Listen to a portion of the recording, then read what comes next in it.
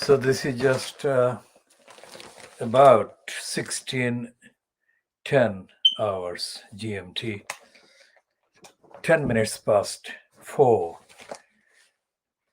so-called British Standard Time, on Tuesday the 30th of November 2021. And this is the KHOODEELAAR, as is the spelling. KHOODEELAAR, KHOODEELAAR television channel being broadcast only on the internet.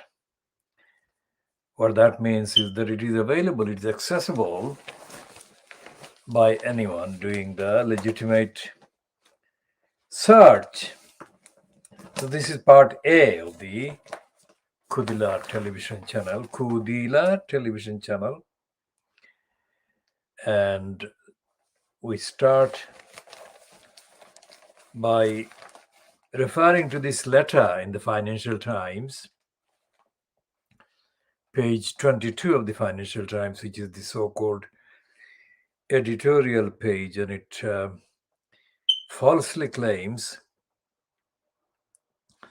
without fear and without favor. Now, it is, of course, fully corrupt, opportunistic, unrepresentative, untruthful, and dishonest.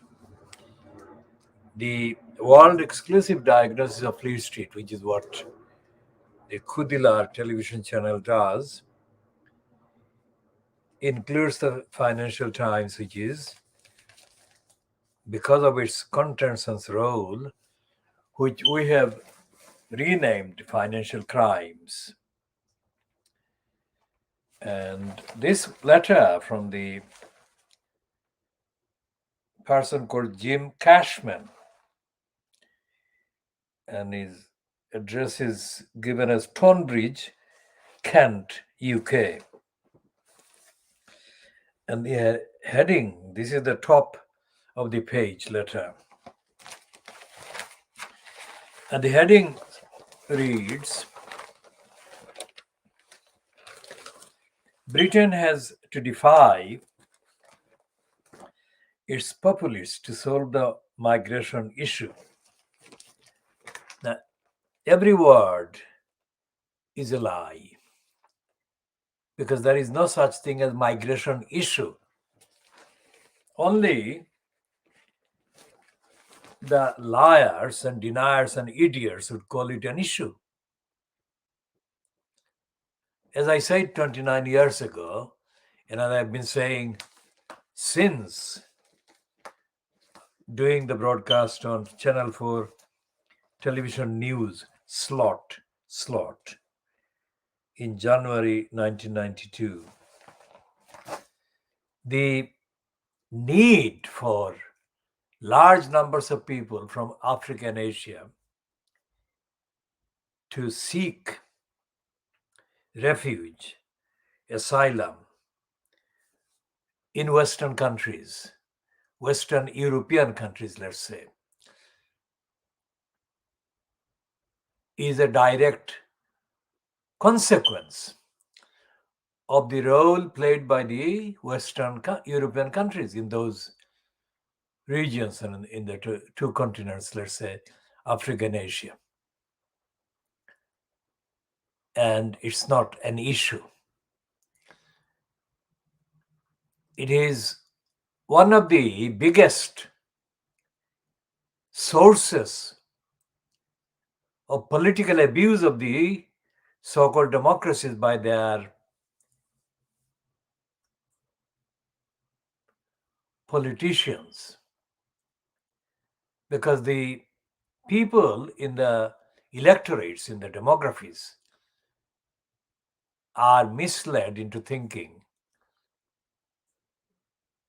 that people from Africa and Asia are going to come in large numbers and they're going to overwhelm the destination countries, which is Western European countries. And that scenario is the most corrupt scenario, but also most unsettling for the affected people by the propaganda and also by the people who are being denied asylum and refuge. And I said that that would be the biggest humanitarian disaster. It's not an issue, much bigger than that. I said that 29 years ago. Now, none of the people who are making decisions to foment, incite hatred against the migrants and the refugees can be unaware of what I said, either directly or indirectly.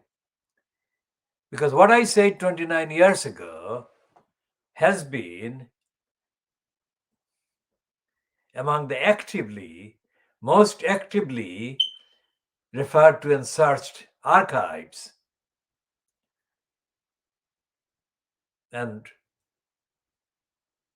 nobody who is making any decision to kind of refer to the prospect or the actual reality of the migration and the refuge seeking numbers of people, any number of people, hundreds, thousands, millions, hundreds of millions. Because in Africa and Asia, there are the biggest numbers of people exist in Asia, continent-wise. And the rest of the people in Africa who are part of the mass numbers of people needing to leave their own countries. This is a reality that is right in front of the people every single day, 24 hours. So it's not an issue like one of the 10 issues or one of the 20 issues.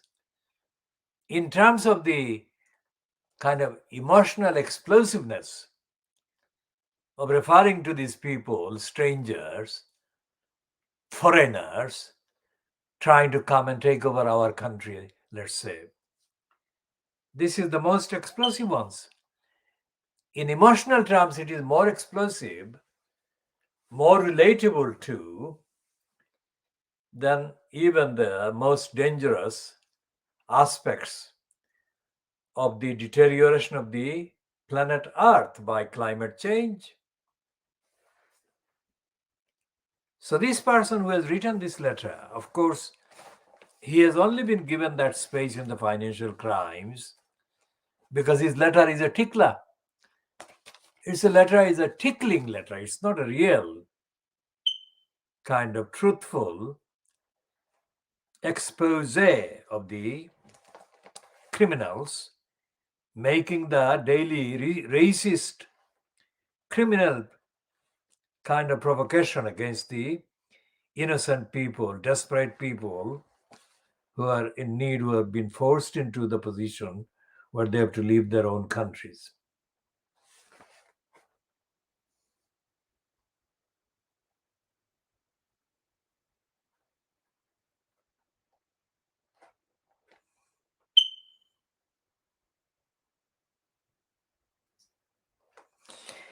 Now, there are letters about other things like social care and the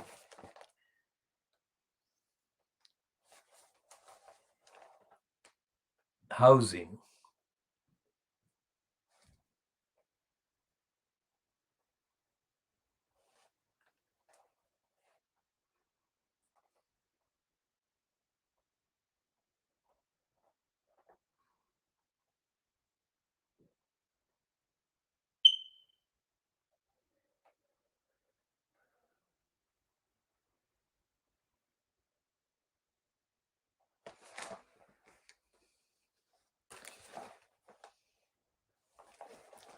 And there is a notebook piece from the American perspective, Petty Waldemar or Waldmeier, talking about mental health. And the heading is, "We cannot expect police to manage mental health crisis." And the main editorial piece in the Financial Crimes is Gap Between US Spending and Confidence. Now, this letter about the migrant issue or migration issue, which is what I started with, has got this reference to the treaties is absolutely irresponsible and stupid. It reads in the penultimate paragraph, that is the paragraph before the last one, having torn up a few treaties. It's like having torn up a few treaties. The language is of joke. I mean, it's a fun, or it's a kind of pastime to tear up treaties. Having torn up a few treaties, the UK asks for a few of the more convenient rights they are in, that is the treaties, to be restored. That would be as politically digestible in Europe as ferry loads of migrants arriving in Dover would be at a meeting of the Conservative 1922 Committee. This sentence is so stupid. Unless you are one of the insiders, you don't know what the expletive 1922 committee is. Nobody knows. 1922 committee is a figment of the crook's imagination because they give all kinds of uncomfortable references to the 1922 committee. And they say, they ascribe to it powers that it doesn't really have. It's a front, it's a frontage, it's a facade in the crooked conservative scum party. But the point this guy, Jim Cashman, is trying to make there is that having done Brexit, the Boris Johnson fronted cabal now needs Brexit or Brexit-like arrangement. That is to say, cooperation, really cooperation among the Western European countries, which for various clear reasons are among the top destinations for the people seeking asylum and refuge. But he also says this guy seems to be, of course, this tickler, obviously a supporter of the UK being within the European Union. And he's having a go. But he's having a go at the Brexiteers in the most ineffective way possible. And I'll come to that in a minute before getting away from this particular letter. Then in the last paragraph, he says, this is a complex issue. So this is the kind of sentence, that warrants kind of a swear word or a number of swear words. This is not a complex issue, you moron. Because this is the point that I made, and this is the point that anyone else in my intellectual position would have made, but I haven't come across anyone doing that at the time. When they talked about even Theresa May was claiming to be a supporter of the UK remaining in the European Union. But Theresa May was kind of appealing to the racists in her party, to the nasties in her party. Nasty party, remember, is the designation she gave it. So the nasty party's support she needed. So she started by echoing nasties like Nigel Farage, who is not a formal member of the Conservative Party, but whose kind of influence in the Conservative Party is remarkable. So Nasty Farage and Daniel Hannan. Daniel Hannan, the Hannan bit of the name appears to be connected with some kind of Arabic origin. But because he is a practicing racist, even though his father, like the father of the Times kind of columnist, Edward Said, not Edward Said, Methu Said. Methu Said's father is from Pakistan. And Methu Said opportunistically, temporarily, that is when it suits him, makes reference to the fact that his father is from Pakistan. He hastens to say that he is not of the outlook that a Pakistani would have. So Methu Said and this Daniel Hannan are two of the kind of sons of mixed parentage whose parents must be connected with the Middle East or the Muslim country or Muslim majority kind of name system or nomenclature. So this idiot writing this letter in the Financial Crime is a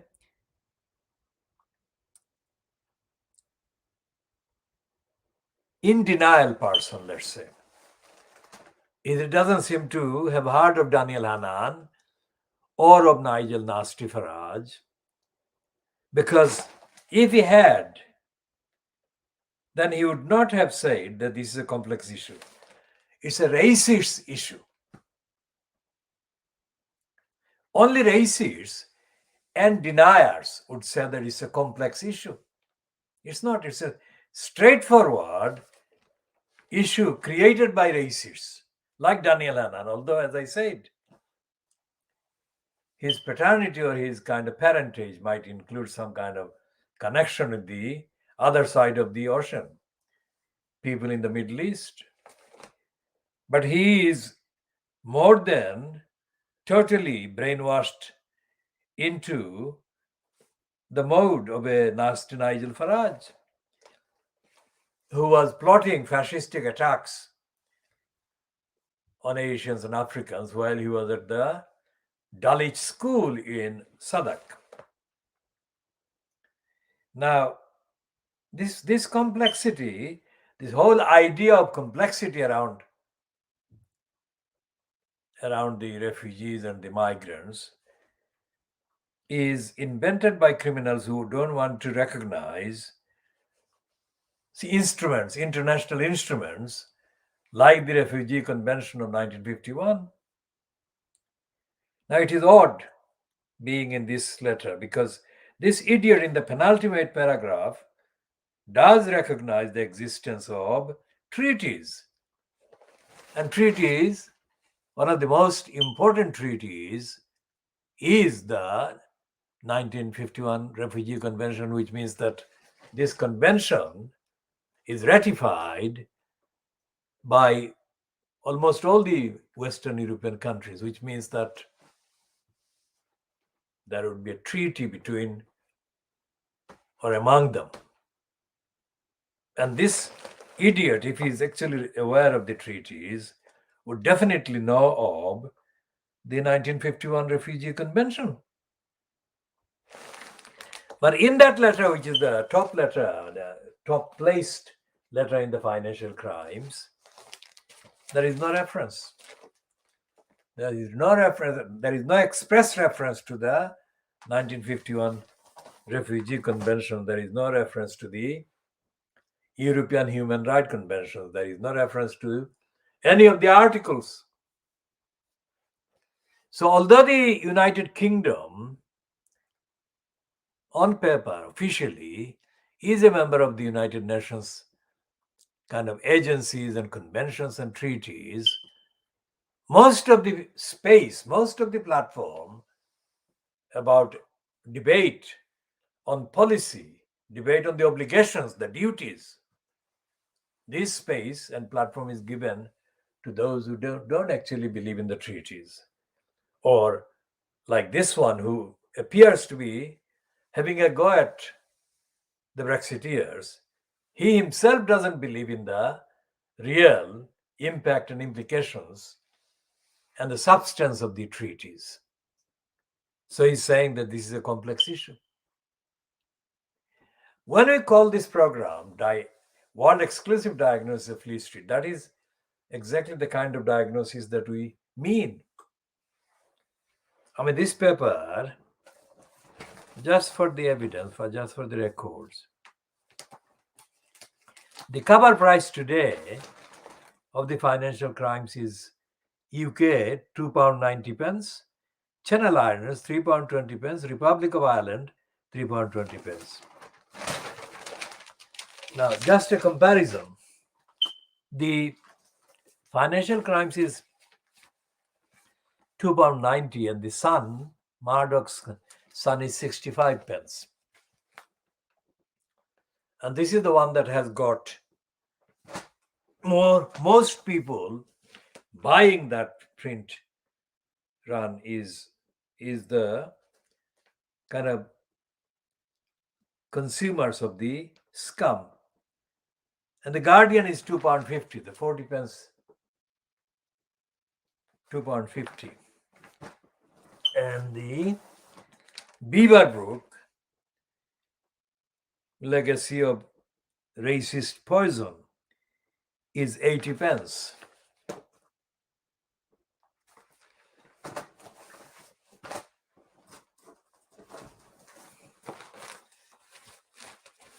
And Paul Decker's Daily Mail, the fascist epizar of the fascists in the 1930s, and the anti-Semitic Daily Mail, because the Daily Mail under Paul Decker mounted an attack on a Jewish man called Ralph Miliband. Ralph Miliband is, of course, the father of the two Milibands, David and Edward Miliband. And the Daily Mail mounted the attack on Ralph Miliband immediately after Ed Miliband was installed as leader of the Labour Party. And when people complained, protested against that, the Daily Mail refused. The Daily Mail refused to withdraw that attack. Now, if anyone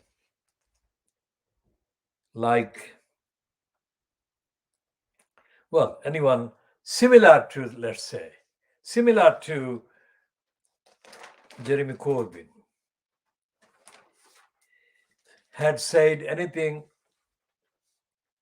1/10 as harsh and critical about Ralph Miliband, Paul Decker himself and the Daily Mail itself would denounce Corbyn as being anti-Semitic. And yet here was Paul Decker and the Daily Mail calling Ralph Miliband, a Jewish refugee, a traitor to Britain. And nobody mounted a crusade against the anti-Semitic Daily Mail or Paul Decker.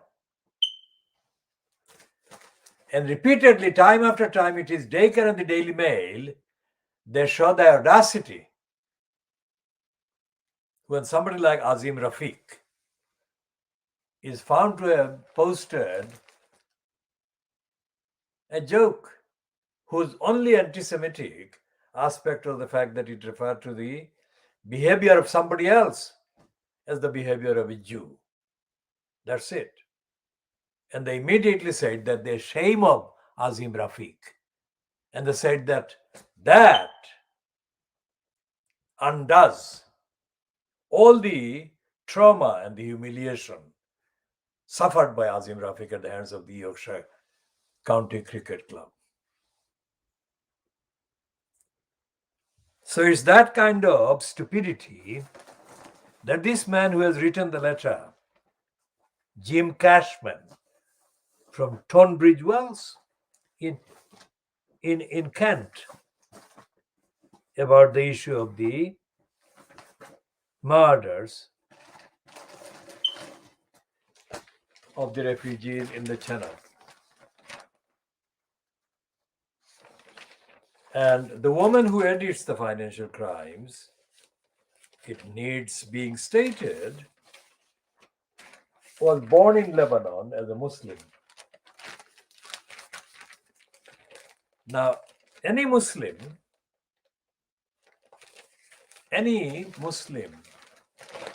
generally speaking, not a kind of doctrinaire Muslim, who grew up in a generally Muslim culture, and anyone in particular in the Lebanon would know the depth of violations inflicted by those who want to attack Muslims. And the Balfour Declaration, which is named after Balfour, a British politician, is the main instrument that was used to establish the atmosphere by destroying Palestine and denying Palestinians their rights to their homes. So this woman who was born in Lebanon, raised in Lebanon, is now in the post of the Financial Crimes editor. I mean, although she doesn't do it in the brazen way that a mental slave like Trevor Terrible Phillips does in support of the racists and in support of the kind of descendants, if you like, political descendants of Thomas Babington Macaulay. She does this by editing and selecting and excluding and including and promoting the particular pieces and particular individuals that she does. For example, this Jim Cashman has nothing in his letter that would actually solve the or end the violations of the people seeking and needing asylum and refuge. So if there was a letter that actually listed the steps that the signatory states should immediately take to stop the abuse and stop the pushing into deadly kind of journeys or deadly kind of dinghies and whatever vehicles, any of the would-be kind of refuge seekers, the Financial Crimes would not publish it, because there is no evidence that it has published anything like that, either on this occasion of the massacre or of other racist criminal occasions. Most certainly not about the run up to the Brexit criminality of the June 2016 notoriety. So what we are looking at is the Fleet Street Papers and carrying out the world exclusive diagnosis actually is doing the diagnosis of the world bodies as well, the United Nations, and the various agencies, including the United Nations Human Rights Commission or Humanitarian Wing of the United Nations, whatever it is called. I can check and will update the actual title. That is the humanitarian one.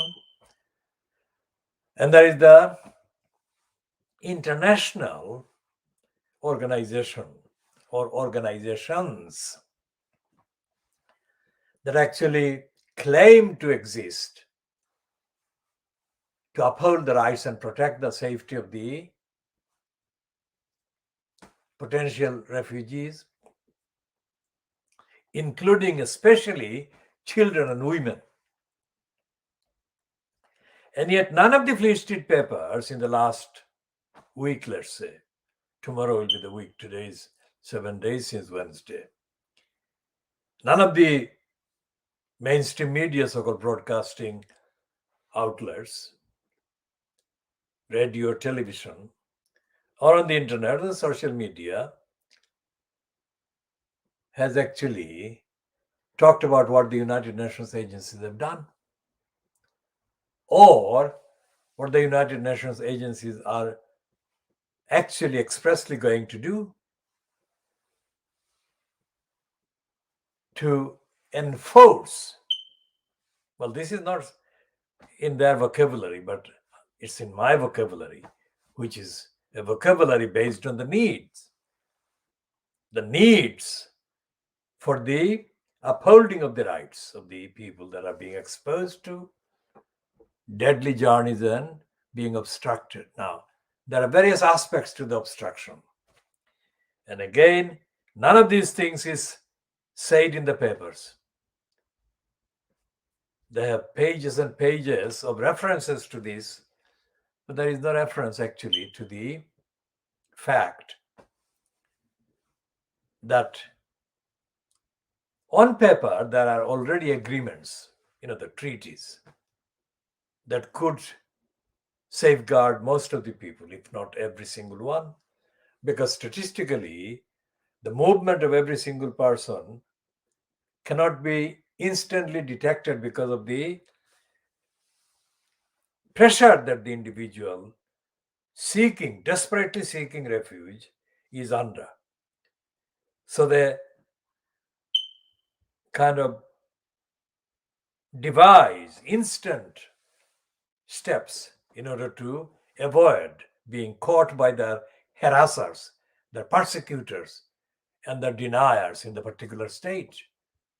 So they come from they travel from, let's say, the other side of Europe, the North African countries, and they travel through Greece, Italy, Spain, and neighboring other countries,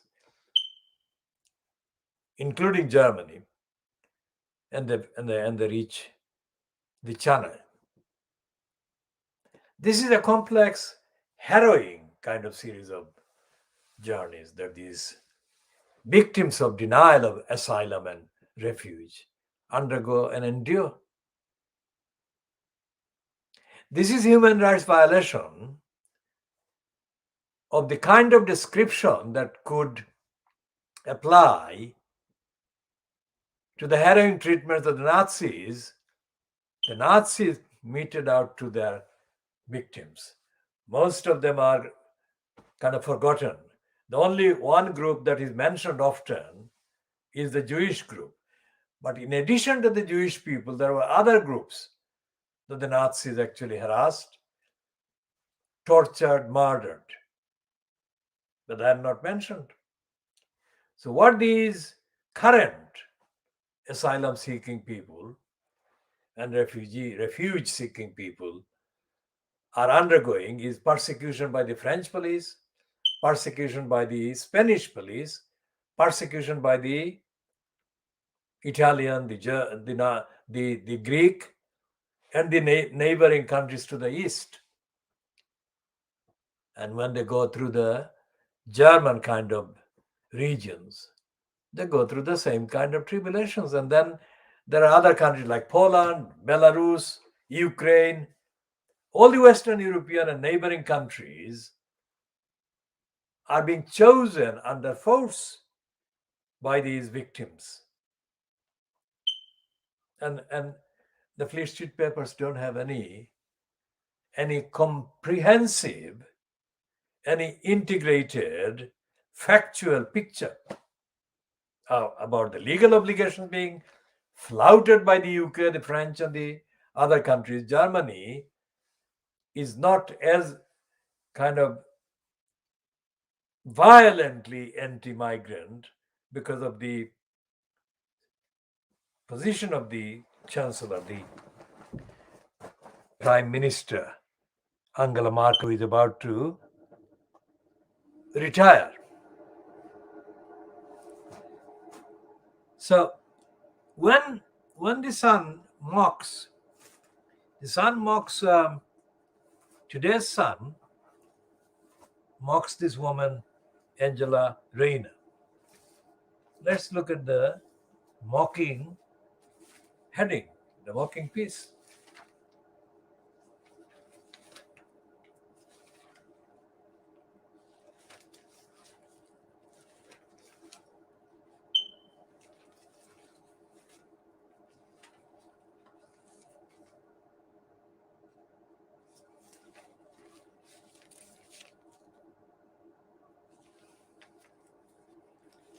They're calling her clueless, and we shall go into why they're calling her clueless.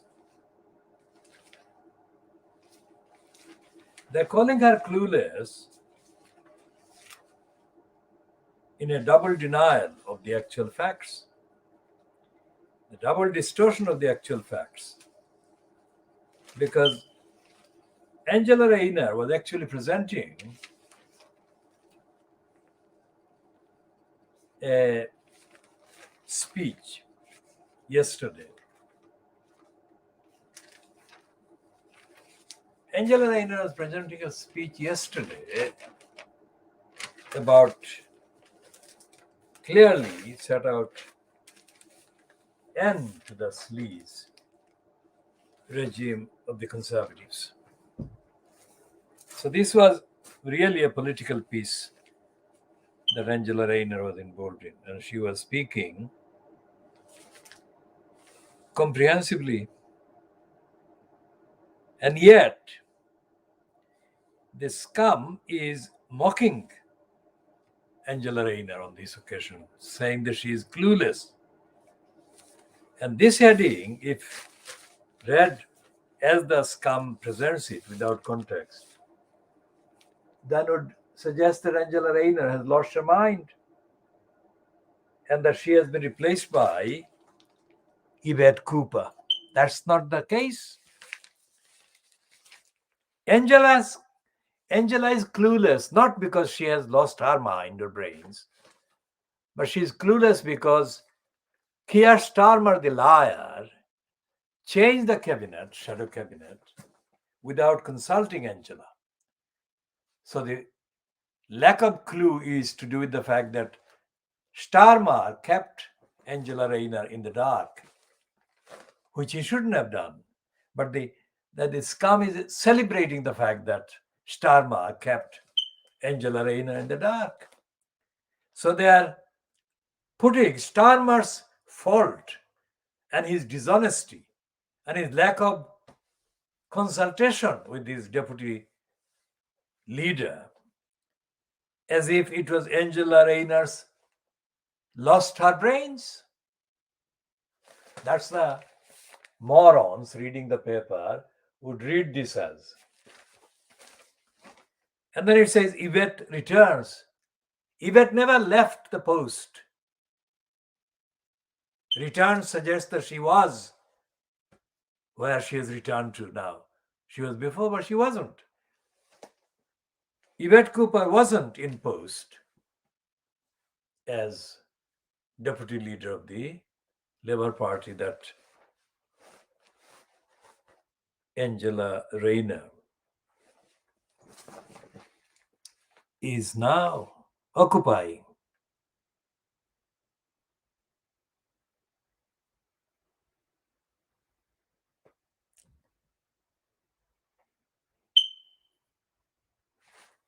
And the suggestion is that because Starmer is the political murderer, which the scum and the Murdoch prefer, because Starmer is the political murderer of the Labour Party, they are kind of tickling. The likes of the scum are tickling, publishing tickles, saying that that is it. Starmer is almost there, where they want him. And they're giving the tickles, suggesting that that would mean that the more he attacks the values of the Labour Party, even slightest remote values of the Labour Party, founding values of the Labour Party, and the evidentially needed values of the Labour Party. Evidentially needed meaning the current situation in the country, in the UK, demand that the lying, creepy, corrupt regime fronted by Boris Johnson is ousted. And that an honest, responsible, dignified, genuinely caring regime is established by democracy. Well, after the role that Starmer has been playing in politically destroying the Labour Party, or destroyed the Labour Party, murdered the Labour Party, it is not immediately likely that even if an election is held, a Starmer-fronted cabal would replace the Boris Johnson-fronted cabal. This is what I'm saying now, today, 30th of November 2021. Why am I saying that? Because the mathematics, combined with the idiocies and the dishonesties and the corruption, make it very difficult for the scum supporting voters to vote for the pretense Labour Party anyway. And although there are criticisms, these are not real, genuine criticisms against Johnson about the so-called red wall seats. But there are some suggestions that some of the voters who did vote for the Boris Johnson-fronted cabal in December 2019 might switch back to Labour. That is true. They might. Some will, definitely. But that won't be necessarily enough numbers to constitute an ouster of the Boris Johnson-fronted number of MPs overall, and giving the Starmer-fronted, quote, party anything like a practical kind of numbers that can either form an effective coalition or outright kind of rule. That particular aspect, the psephology, the electoral kind of tendencies, voting tendencies, we'll have to wait. We cannot do the diagnosis before it has happened, but this can be only a prediction.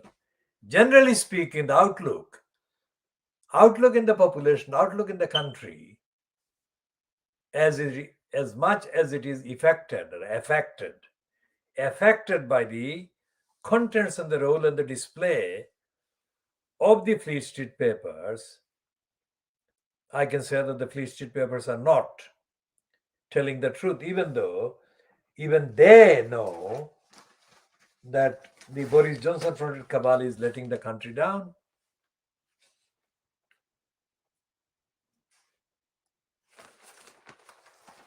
And therefore, the people who are actually entitled to service and democracy and accountability and the truth, are not being provided the truth. and the people are being kept in darkness about the actual factors forcing people like the massacre victims in the channel, the migrants, to seek refuges in the UK, for example. In the context it's UK, there is no telling the truth to the people. And the display that they have got on this new variant, the display has taken up most of the spaces in the Fleet Street tabloids today.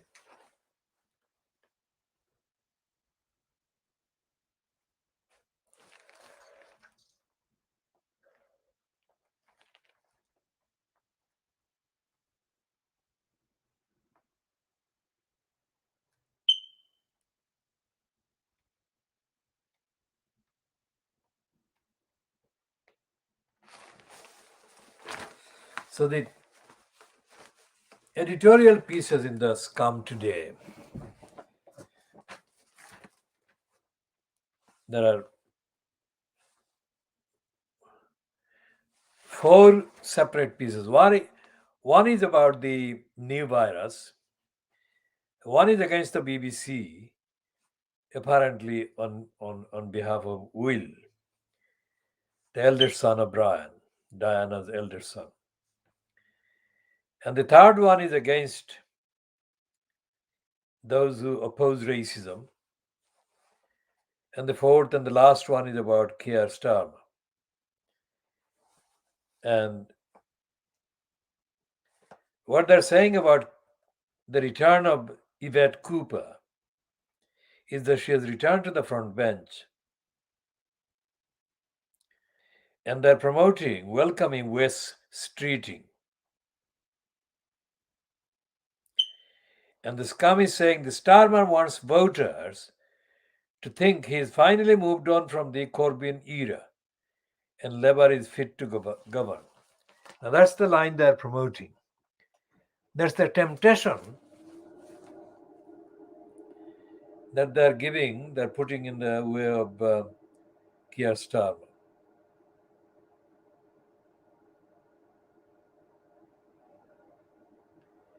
Because even they admit in the last paragraph, Starmer wants voters to think he's finally moved on from the Corbyn era and Labour is fit to govern. And the last paragraph completely destroys that hesitant acceptance. The question is anyone still paying attention after 18 months of Starmer's insipid leadership and fence sitting? Well, we have been saying that nobody, because he has murdered the Labour Party. Starmer has actually murdered the Labour Party,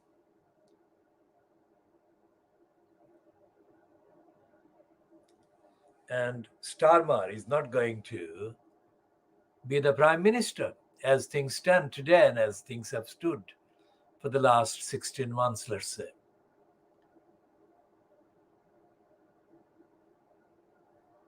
And we don't believe that even if Starmer is in, well, this is a big quotation marks, even if Starmer is in place at number 10 Downing Street, let's say, he's not going to deliver anything. That's the actual truth. He's politically not independent of the conservative agenda, the narrative. And he never was a believer in the values of the Labour Party, founding values of the Labour Party. And Starmer has never delivered a political program that can be written even one side of an A4 page, that actually suits the urgent needs for good governance of the many. Whether this scum acknowledges them or not is not the main issue. The main issue is what has Starmer stood for in the last 16 months. I mean, the scum is asking the question, and our answer is that he has been at work to destroy, murder the Labour Party politically. And that's the main achievement. That's the purpose for which Starmer has been installed in the post, allegedly as leader of the Labour Party, to destroy the Labour Party.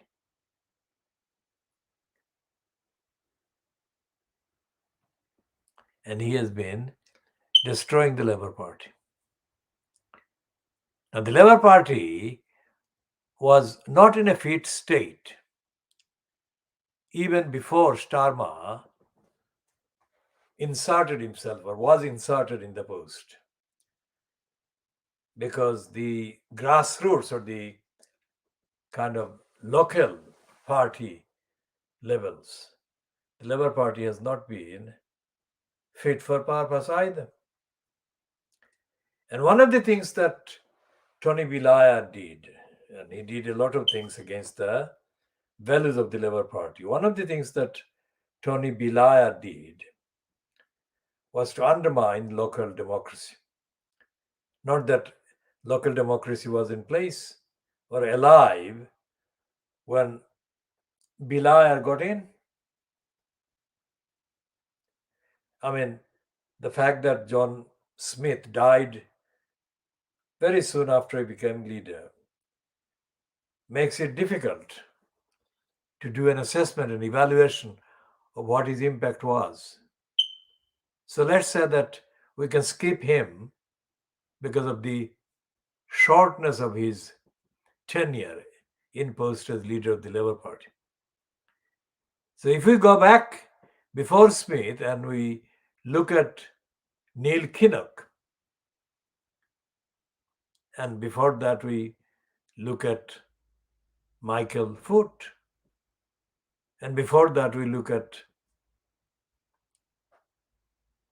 James Callaghan. So if we start looking at Callaghan, Foot, and Kinnock, there is nothing. Those three so-called leaders didn't deliver one single speech. None of those delivered a single speech. Not one single speech that ingrained. One single speech that actually delivered to the electors, the electorate, a summary, a sight, a vision as to what kind of country, what kind of society they, each one of them, would want to establish if they became the government. Of course, Callaghan lost the government, but even when he was in post, this James Callaghan, he failed. And he notoriously came back from whatever holiday he was on and said, crisis, what crisis? This was not an intelligent man. Callaghan was not an intelligent man, and Callaghan was not served by, quote, any kind of advisors or any kind of colleagues who together jointly combined the necessary amount of intelligence that the country at the time needed to be shown in its, quote, leader, political leader. So Callaghan left a legacy of disasters. When I asked him a question in 1977, the idiot Callaghan, of course, was recently, just maybe 1 year in that post after Harold Wilson resigned. I asked him the question in central London, and the moron gave an answer on which I concluded that he is a real idiot. He didn't answer my question as a statesperson, as a politician, as a prime minister. He answered my question as a fisherman. He disengaged instantly with my question and the substance.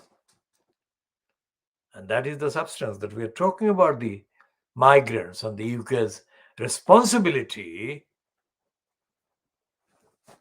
on the issue of protecting the people, delivering safety, and complying with the international treaties and obligations.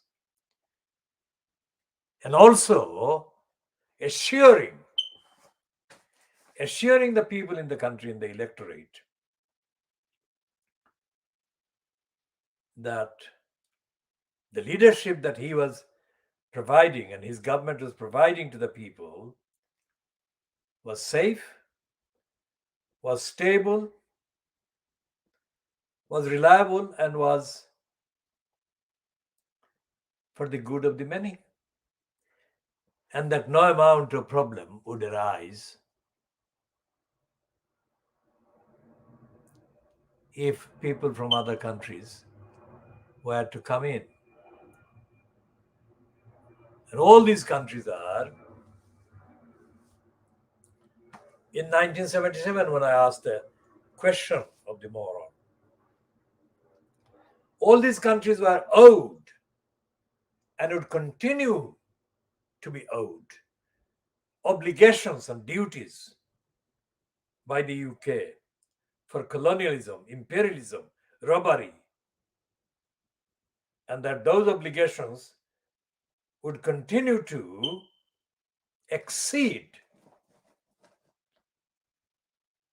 by a large margin any demand put on the UK society by people coming as migrants or immigrants. Now that statement should have been made by Callaghan in answer to my question in central London. Of course, he didn't give that answer. And I asked questions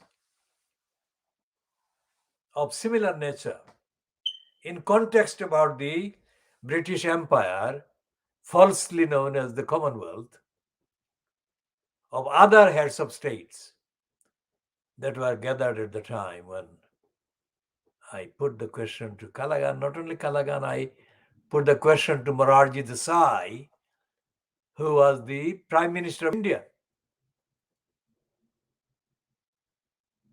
And I asked the question, or many questions, many permutations of the question, to the participant from Bangladesh, Ziaur Rahman. Many permutations. The answers combined didn't constitute the answer that was needed and the answer that I needed.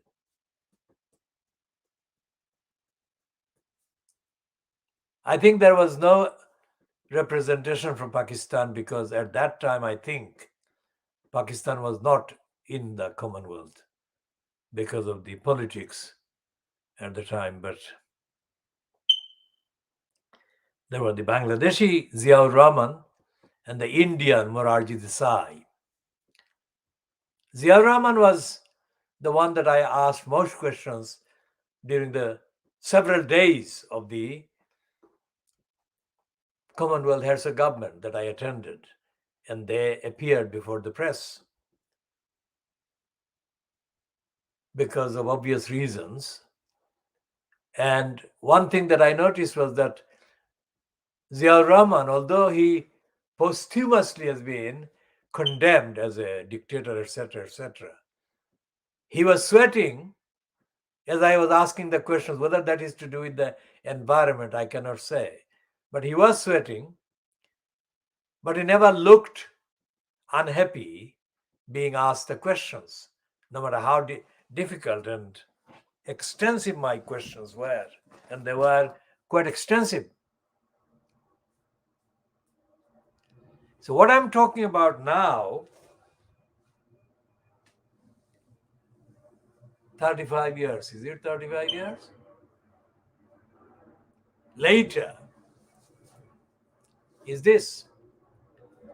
Because those heads of state that did attend the Commonwealth Conference in 1977, if they couldn't answer my question, they said Desai, I asked the same question of Desai. Of course, I mean, that was one-off question at the Indian embassy in the Strand, but the Geronimo question I asked at the gathering of the heads of states at the Commonwealth venue, separate place. But Morarji Desai, as I wrote at the time, gave me a tautological answer, which is stupid. I didn't need, nor did the question warrant, a tautological answer from Desai.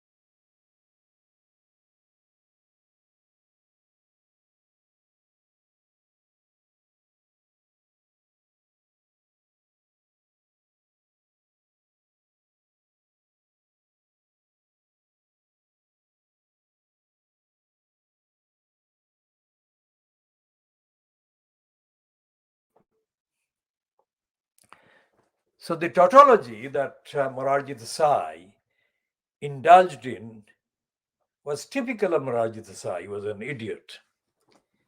Because I didn't ask him a diplomatic question. I asked him a question about the entire existence, the composition, the constitution of the empire, which was the Commonwealth.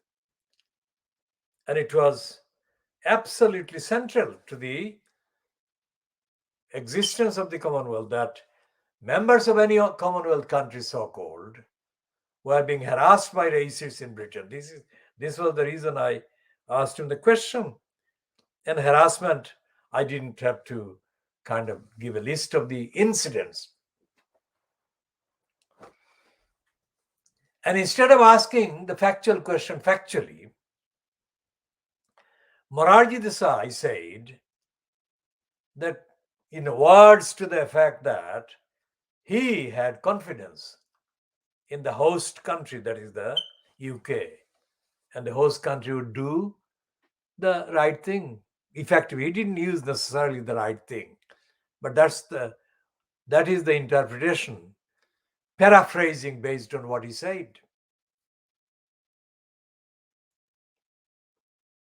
Now, I wrote an extensive, typically extensive, and very clear account of that and other questions and incidents in and around the Commonwealth heads of government. And did I have a publication? Of course, I had a publication. But the publication was being controlled by Riffraff Ali. Riffraff Ali,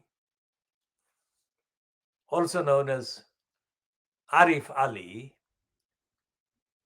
who was yet to be funded by Ken Livingstone in the way that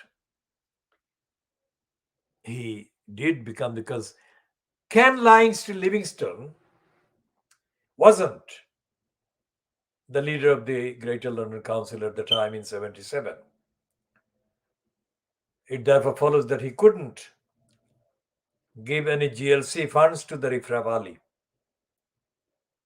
But Riffraff Ali was kind of nearly pretending successfully as publishing a number of titles in the name of the people from the Caribbean,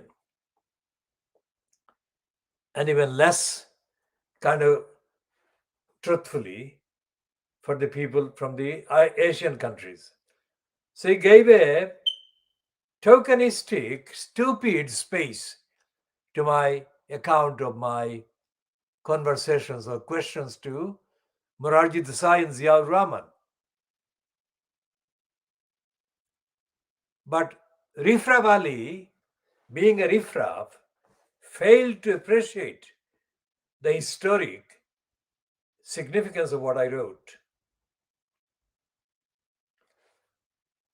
I mean, it was 1981, May 1981 and later, that the criminal, Ken Livingston Livingston, became leader of the GLC by ousting in a coup, ousting Andrew McIntosh. And then he began the program of funding crooks like Riffraff Ali.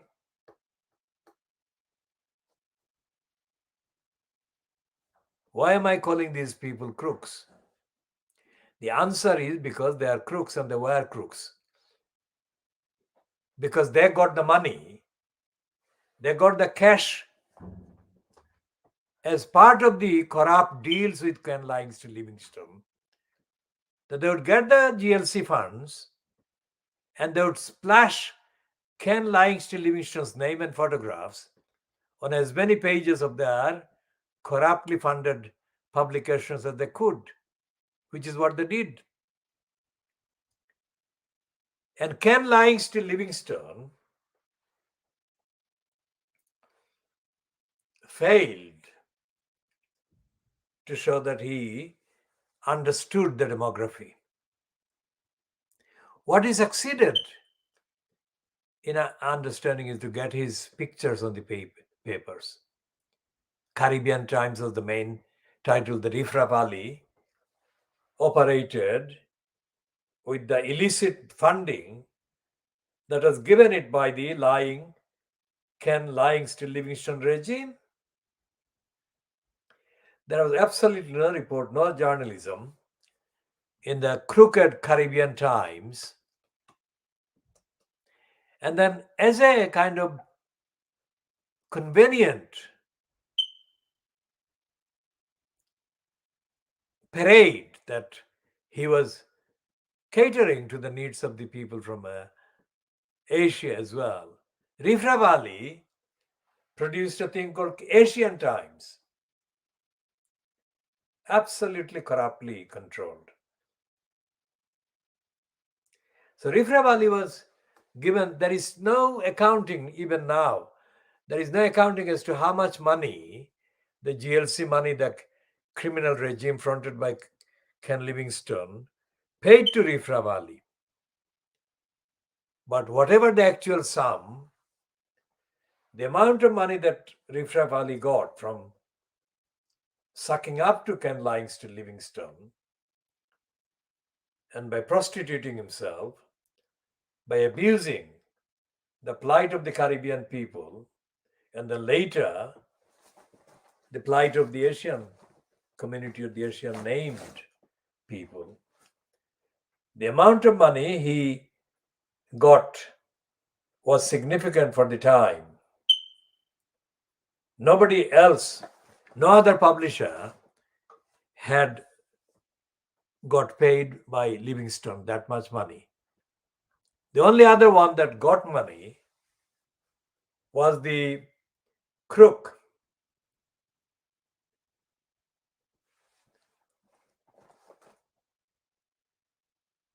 that was based in at the corner of the border of Hackney and Islington and the city of London. Old Street, near Old Street, there was this person who claimed to be publishing for the Asian community. That was a lie. It was not even Indian community, it was a Gujarati based kind of operation. And the criminal recruited gullible English woman called Anne Hus,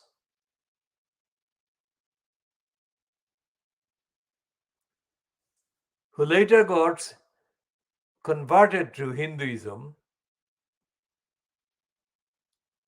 And this C.B. Patel and Anne Hus wrote the majority of the stuff, and they operated as pretension, which Ken Still Livingston funded. Now, Anne Hus for a short period pretended to be fed up with the C.B. Patel lies, but she was, I think, bribed enough to get converted, and she kind of stayed with him. And I don't want to make any personal kind of comments about them, because the focus is on the GLC funding and corruption. The pair of them appeared on the Asian slot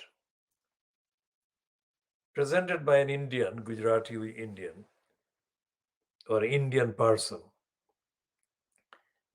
And they presented an absolute pack of lies about what their, quote, journalism was in the name of the Asian community. And nobody questioned them. And I don't think that anyone would have been allowed to independently question them on that program. Joshi, the man who presented that stupid program, was called Joshi. I did have communications with Joshi, but Joshi and his employers were not actually able to absorb the need for integrity, for independence, for ethical, moral, transparent journalism. Why am I talking about that? Because I'm talking about the Financial Times, the Fleet Street papers lying today, Tuesday, the 30th of November 2021, and about the massacre of the refugees. These people, Rifraf Ali and his Asian Times, and the Suresh Joshi with his radio slot, and C.B. Patel with his stupid Asian named outlet, and Anne Hus as the pretentious white woman who wrote the English kind of lines. These people are doing disservice to the community, either Asian or African, Asian or Caribbean, or Asian or any other non-European group of people. They left behind no structure or framework that could actually monitor the deteriorating situation concerning the rights of the people, later known as refugees or asylum seekers. And there is no platform today. Ken Still Livingston started funding the Caribbean Times, let's say, the first part of the 1980s. And there was nothing about the politics of the UK, either the government or parliament or political parties. There was nothing in Caribbean Times. Anyone watching this and disagreeing with me is welcome to disagree with me if they have evidence to substantiate any claim to disagreement. For example, are you saying that Rifraf Ali, that is Arif Ali, Hansi publication published independent journalistic reports about the state of the Labour Party. Are you saying that? If you're saying that, then send me a copy of the item. Do direct message by Twitter and send me an attachment. If you are saying that about more than one item or more than one particular piece, then do that. Send the attachment in separate direct messages. Otherwise, trust me, because I was, as I am now, the person, the voice, the diagnoser, if you like, the diagnostic communication that you are watching here, I did every day. So much so that Ken Livingstone recruited at least 4 or 5 very physically large security guards to protect the county hall from me. That is what he did.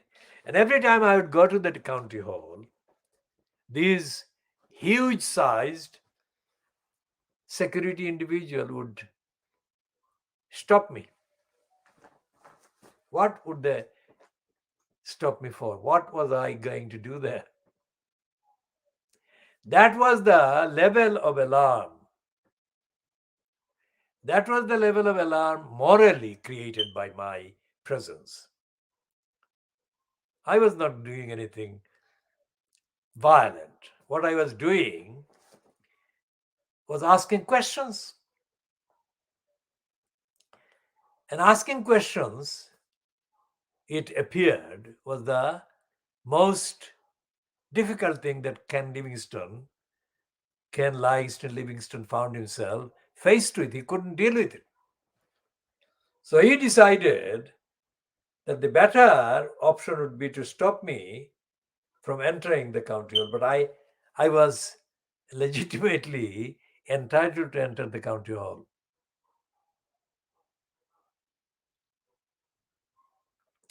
So that is the extent to which in early 1980s, Ken Livingstone went to try to physically stop me getting into the county hall. Now, all the criminals that he allowed passage into the county hall, all the criminals were paid money, except me. I was not there to get money. I was not there to seek money.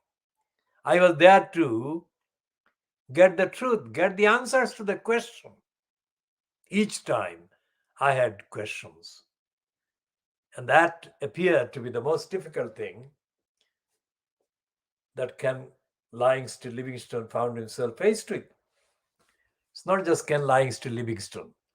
The entirety of the GLC corruption,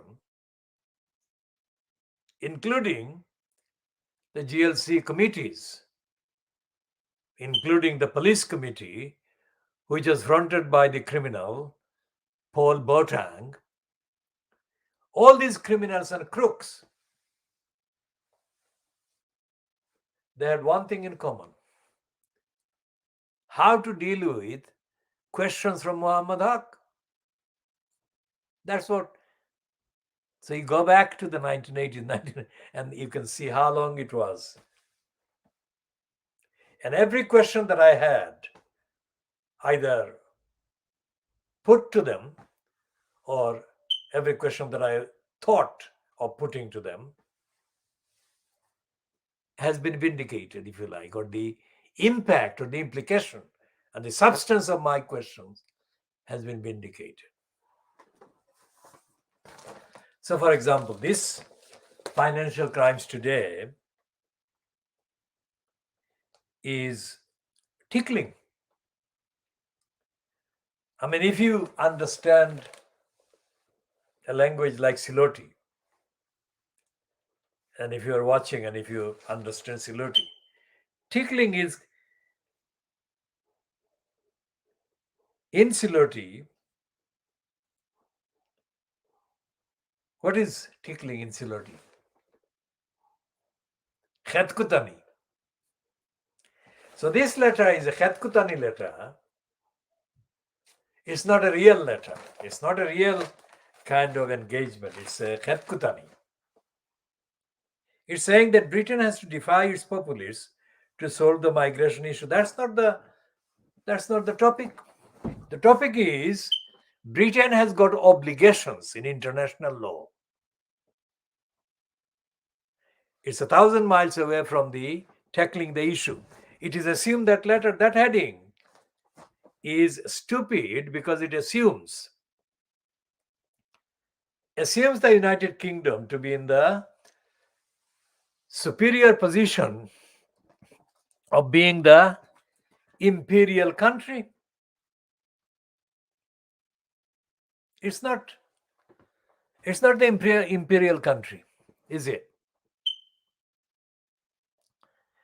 Britain is not the empire. What these migrants and asylum seekers are the people who are calling on the debt. The imperial country owes debts, number one. Number two is the imperial country, former imperial country Britain, is causing new claims and new accounts.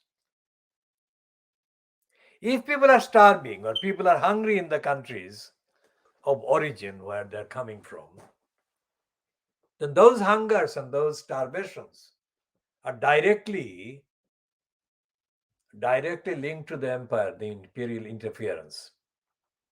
And as I have been saying in the last few days, every single situation, either it's a Ethiopia or Yemen or Iraq or Afghanistan, I mean, talking about the most kind of current, if you like, locations. The British state or British businesses are operating there. And if you take the example of David Beckham, who is the most overrated sportsman in the history of the UK, if you take his receiving the bribe,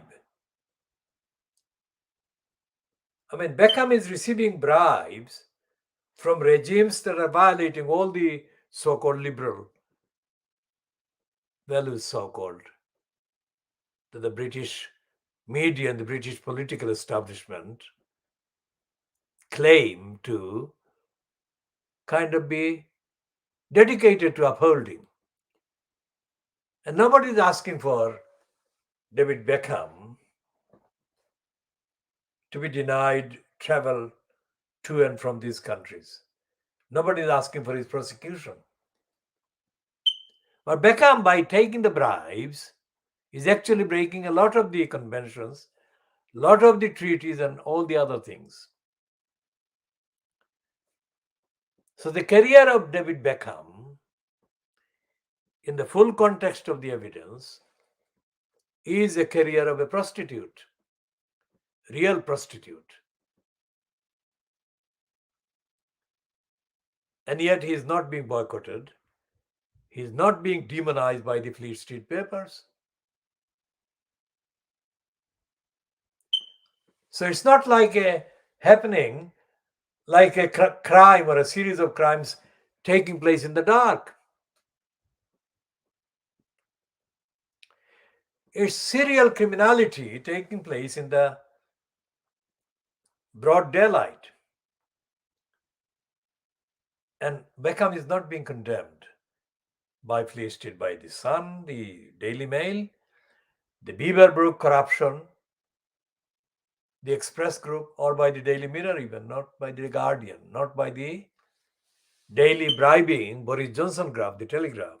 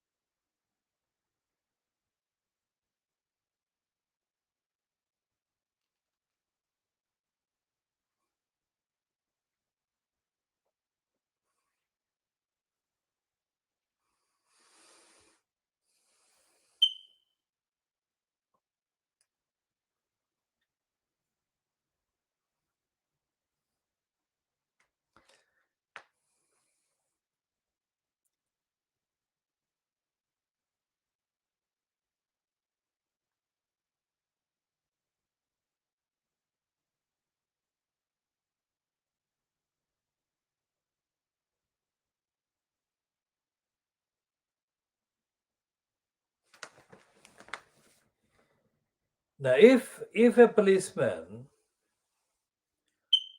had made anything like this kind of remark about, let's say, Israel, that item would be on the front page, no doubt about that. But here is a policeman who said Pakistan is a dirty, smelly country. And then he made other remarks, similar remarks. And his behavior is only there. I mean,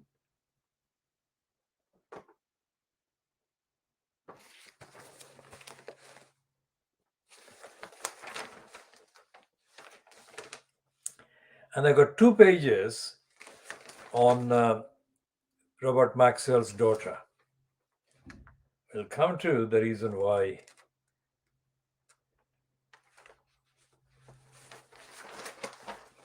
that is a matter that needs to be diagnosed in this particular program.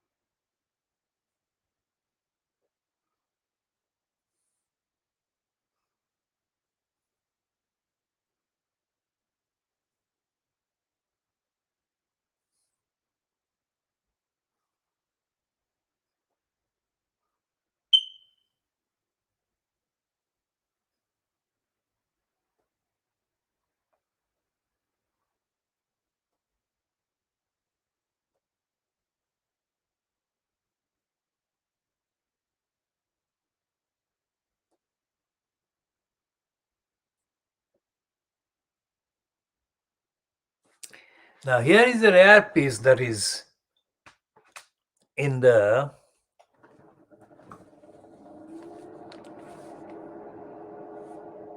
Marduk scum. That is, this piece is worth mentioning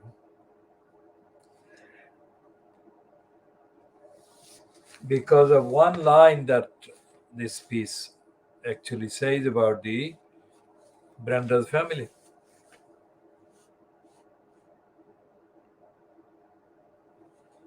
And this is, well, let's say it's one sentence.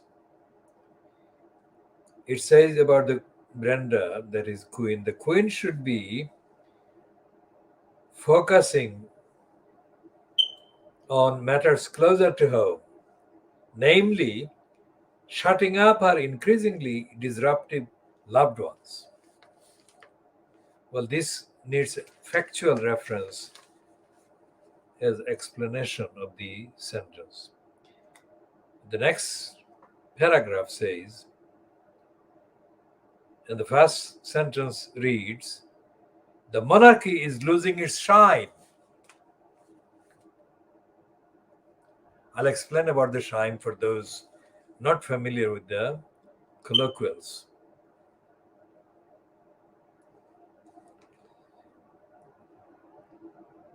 The monarchy is losing its shine. It must be above gossip mongering and soap opera style storylines. The royals are becoming more Albert Square than Albert Square.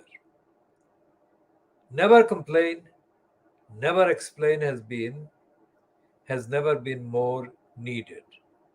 What she is saying is that the Brenda family should not be gossiping or being gossiped about in the media. Why? Because she says this particular writer, she's a far right person, loyal to everything right wing and racist. But this piece, regardless of her ideology and her racism, this particular piece is remarkable in the Daily Scum or any Fleet Street paper. She says, "We want our royals with their divine right, velvet robes, and golden thrones to be above such things as deodorant."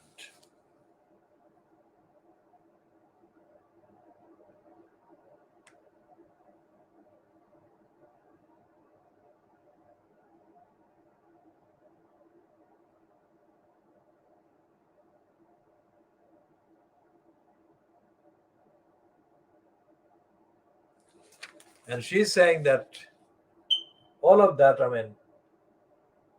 is said without deviating from the narrative that Fleet Street slavishly actually follows to have a go at Harry and Meghan. And she is actually saying about the Americans what I'm saying about her. She's saying that the latest book by Harry and Meghan, or Meghan, let's say, is a money spinning yarn written provocatively for a royal obsessed American audience.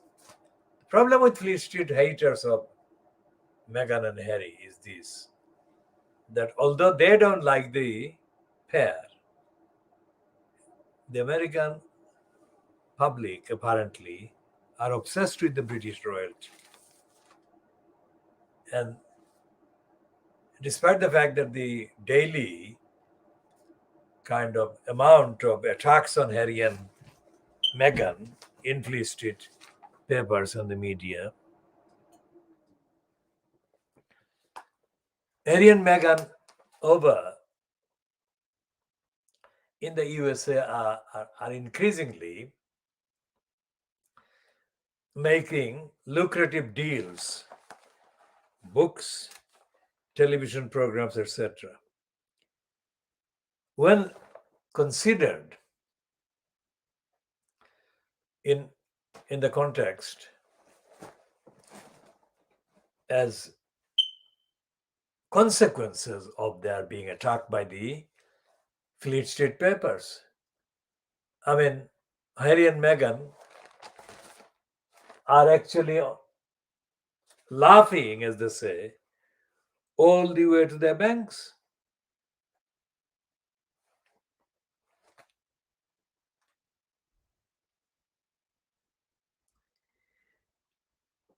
Now, as the identity of the people massacred in the channel keep appearing slowly but surely, every single account that has so far been published, of course, access to these details are not kind of easy because you don't know who these people were that actually survived and who these people were that knew the victims of the massacre. So it depends on who manages to make contact with any survivor, anyone who knew these victims of the massacre. We are getting an idea of the background. But essentially, The victims of the massacre don't appear to be doing anything wrong legally. It seems that the only reason why they risk crossing the channel in the way that they have been trying to do is because both France and the UK have been daily breaking the law. The laws that require these countries to make arrangements for safe passage from France to the UK. So nobody is talking about this, but this should be raised. And I'm going to make contact with the United Nations with a series of questions, and the questionnaire that I shall be putting to the United Nations will be published in due course on this program. Not on this edition, but on this program. One of the things that I'll be asking the United Nations about the refugees that have been massacred is what the United Nations, why is the United Nations not putting on trial all the criminals that have been responsible for the exploitation of these victims? Why have they not been put on trial for crimes against humanity?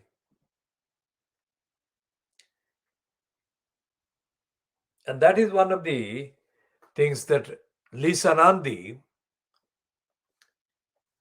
should have asked for, but has not done that. Lisa Nandi, one of the newly kind of reshuffled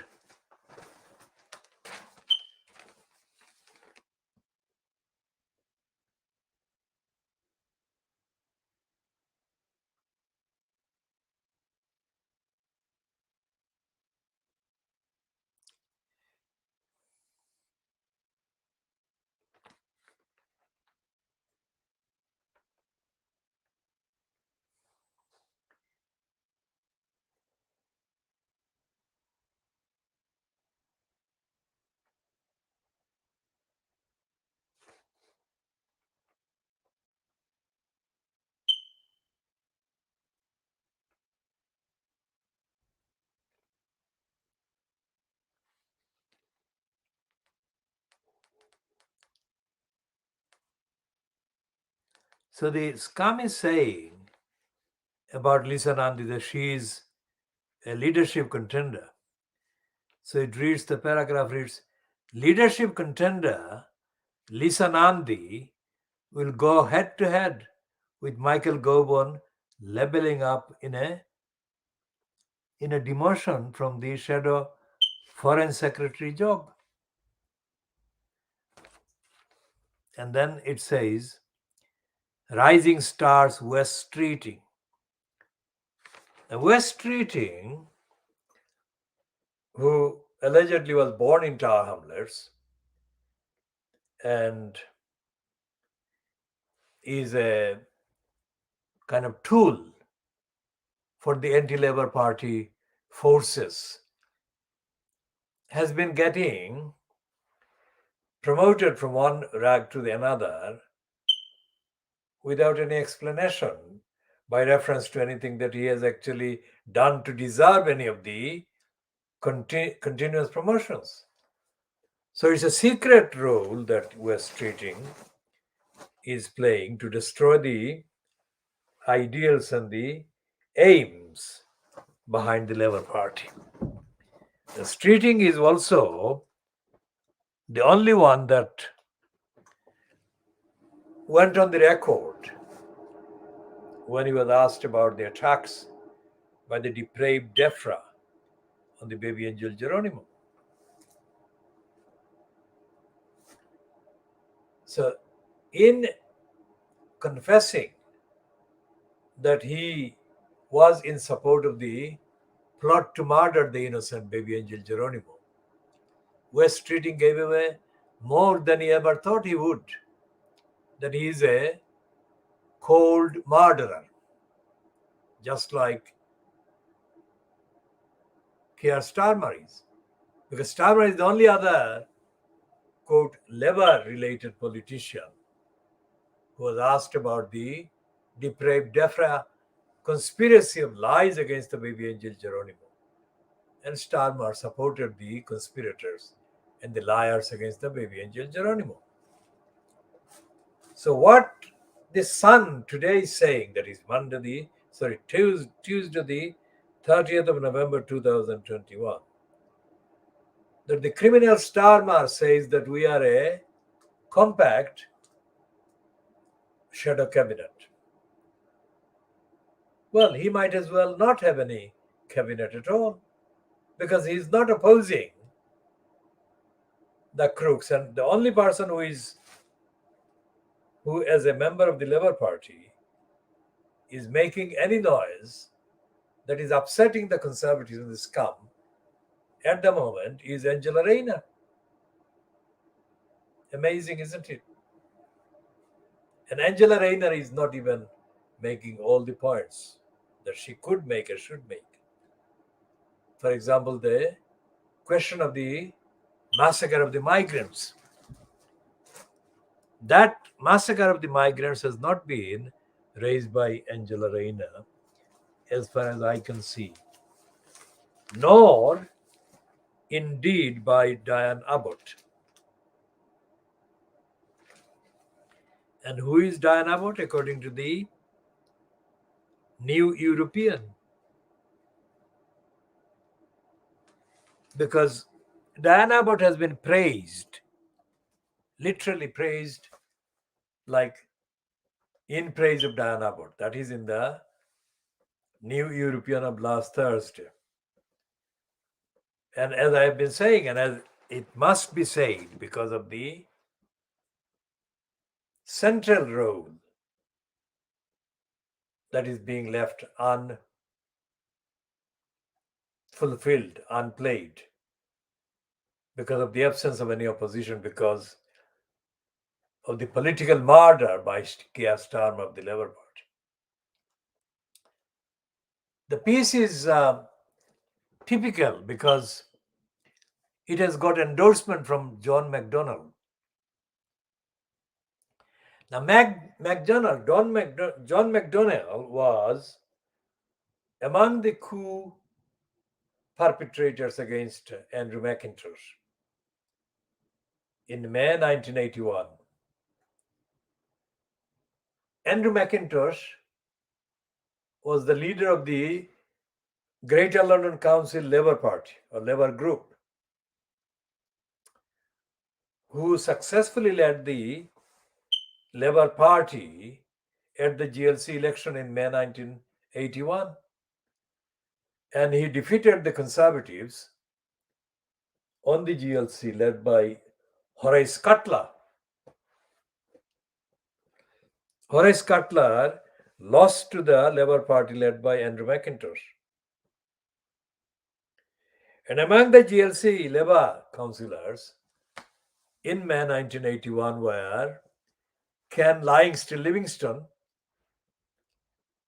and the first, as they said at the time, overhyped, quote, black GLC member Paul Bertrand.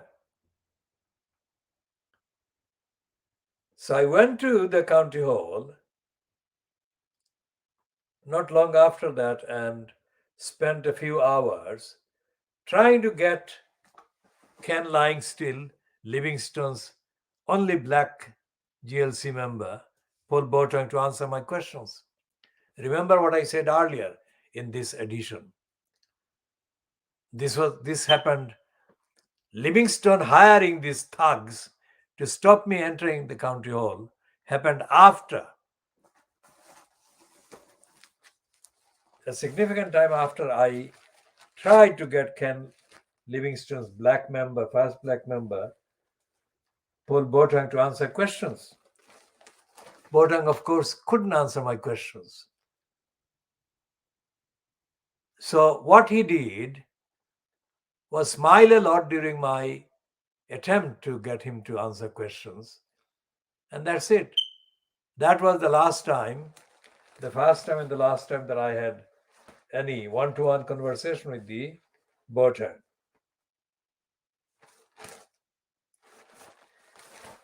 And of course, as his career disintegrated in terms of first being hired by Tony Liar to become a member of his government, and then by being bribed by Liar to become the UK's, as I say, first black diplomat to South Africa.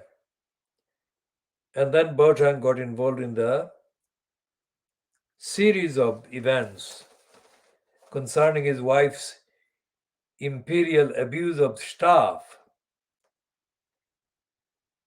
during the High Commission tenure. And Bertrand has disappeared from the public platform.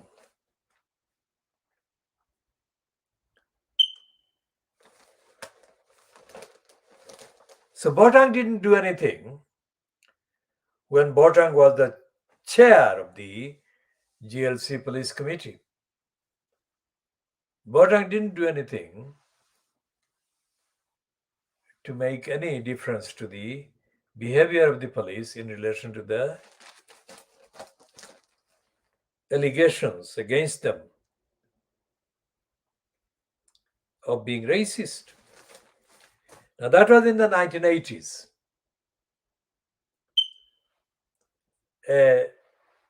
About 10 years before the murder of Stephen Lawrence in Feltham in April 1993. The reason why the Macpherson Committee was established by the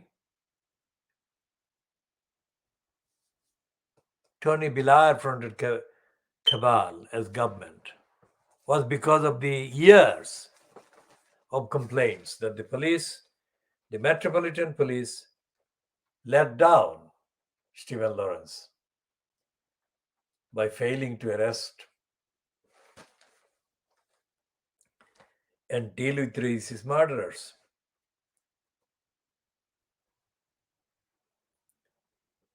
So when the Macpherson Committee was set up, evidence began to be put forward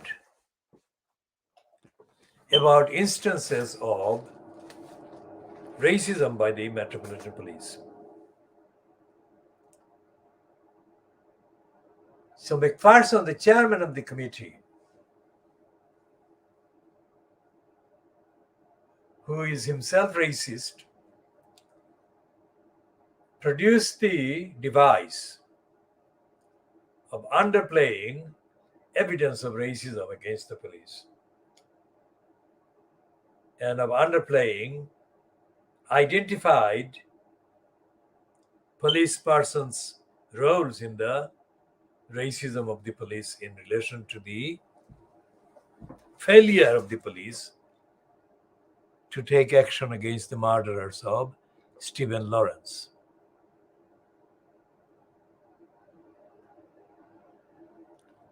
So instead of naming nameable individual racist police persons, Macpherson said that the terminology should be changed.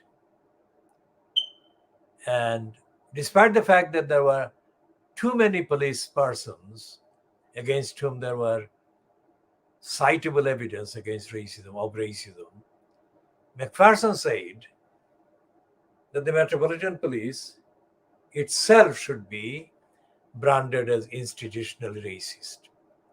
Instead of allowing the evidence of individual racism by individual police persons, Macpherson then shifted the responsibility and the liability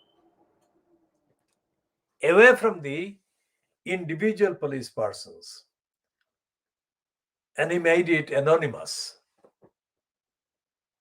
and therefore less possible to prosecute the institutional nature of racism of the Metropolitan Police.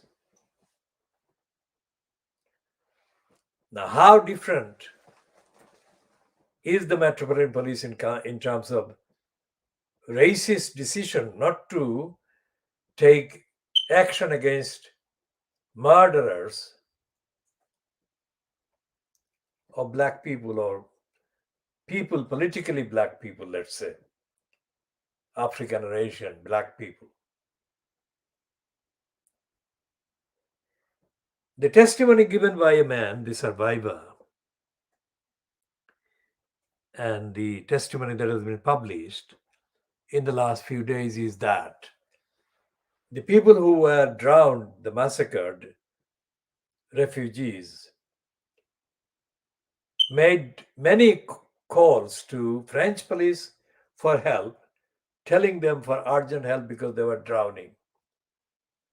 And when they contacted the French police said, "You are in British waters," to contact the British police. So these dying people desperately contacted the British police. And the British police said that you are in French waters, to call the French police. So this went on. How long did that happen for will be obviously become made accessible later. But whatever it was quite a lengthy period. And they did this for several hours, asking for rescue vessels to come and rescue them. And then at dawn, they were drowned. They were found drowned. This was a massacre. So imagine the cries for help by Stephen Lawrence. Imagine a scenario where Stephen Lawrence was about to be attacked and he saw or found a contact to the police. And he begged the police to save him. And the police refused to help him. This is what happened in the channel with the victims of the massacre, whose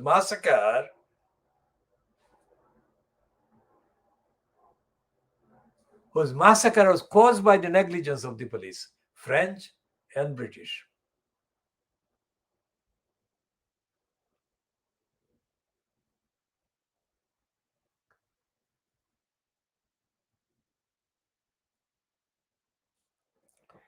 And what was the first sustained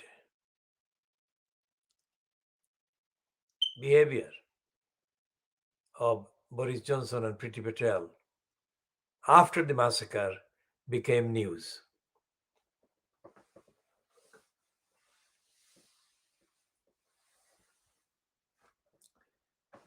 Johnson exploited it.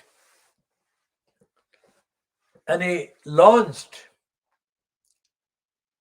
and the Daily Mail launched, and the Scum launched, and the Daily Boriscraft launched an immediate propaganda war against France. Instead of saying, let's catch all the people who are responsible for the massacre of these people, catch all the people that were approached by the people massacred before they were massacred, catch all these people, whatever agencies, and put them on trial. Did he do that? No, he didn't. Did Macron do that? No, he didn't. Did any of the papers, Fleet Street papers, including the Guardian, ask the question? No, they didn't. That's why we are saying there is absolute conclusive proof that these people were massacred.